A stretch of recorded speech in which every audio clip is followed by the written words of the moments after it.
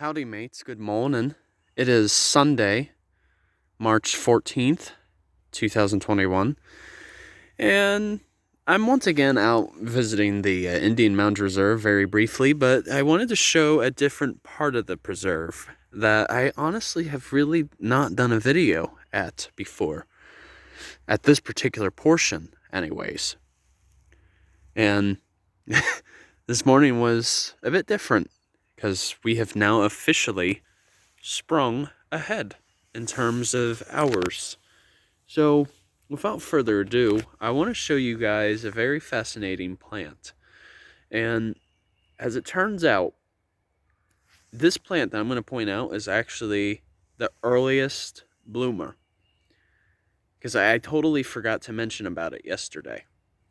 Because, well, I just didn't see any yesterday, but now I do see them.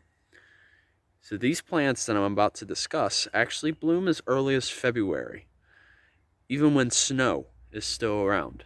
So without further ado, let me show you guys what this plant is.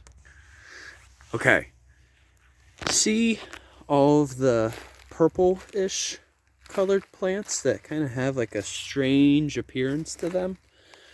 Well, these actually have a particular name. It's known as Symplocarpus foetidus, also known as the Eastern Skunk Cabbage. And you may be wondering, like, why exactly do they call these the skunk cabbage?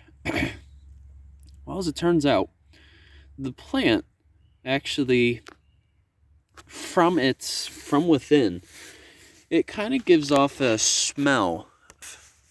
Kind of gives a smell of rotting meat, essentially, like something is decaying. And due to that strong smell of what would resemble rotting meat, that's how it gets its name of skunk cabbage. And the foliage itself kind of looks similar to that of cabbage.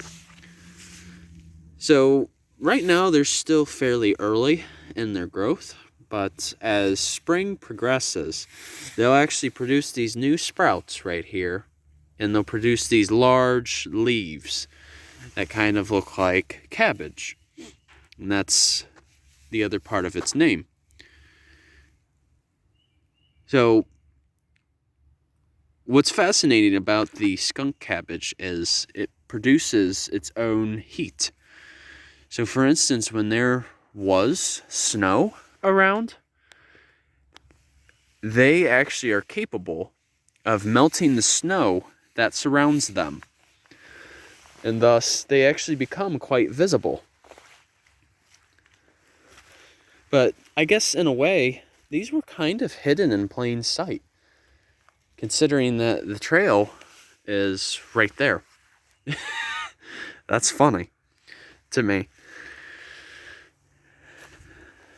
But these plants you do not want to eat at all, because I've actually read if you were to eat these, and this directly applies to mammals too, which we are, we would actually have like a burning sensation, and we, along with that burning sensation, we would kind of have like a choke sensation too. So these are way too dangerous to eat. Do not think that this is a meal by any means. Absolutely not. However, though, once the leaves sprout, I think you can eat those, but you can't specifically eat this part of the plant at all.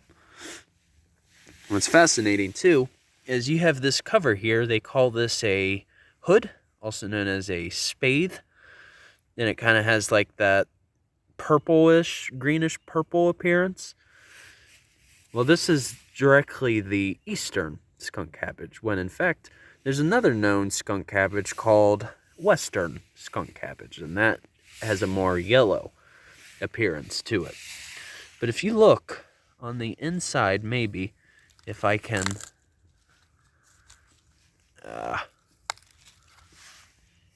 Well, I can't directly get into it. I want to try showing you guys the inside, but it's proving to be a little tricky.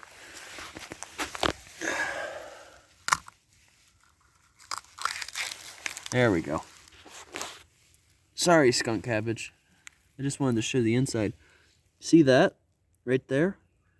That's your spadix. That is actually where the flowers are, like where it blooms, right there. So despite that I had to kind of damage it, I just wanted to show you guys what the inside looked like. So, yeah. So these are technically the plants that are the first bloomers. So, alrighty. Thought I would share that with you guys. Hope you learned something about the skunk cabbage. They're a very fascinating plant, as they are capable of producing their own heat during the colder months when snow is still around, and how they are, in fact, the very first bloomers. And they like to be in wet areas, too, of a forest.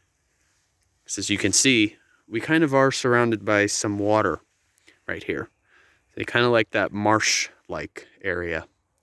So, all right. Hope all of you enjoy your Sunday, and Journey on a Journey is out. Take care, folks.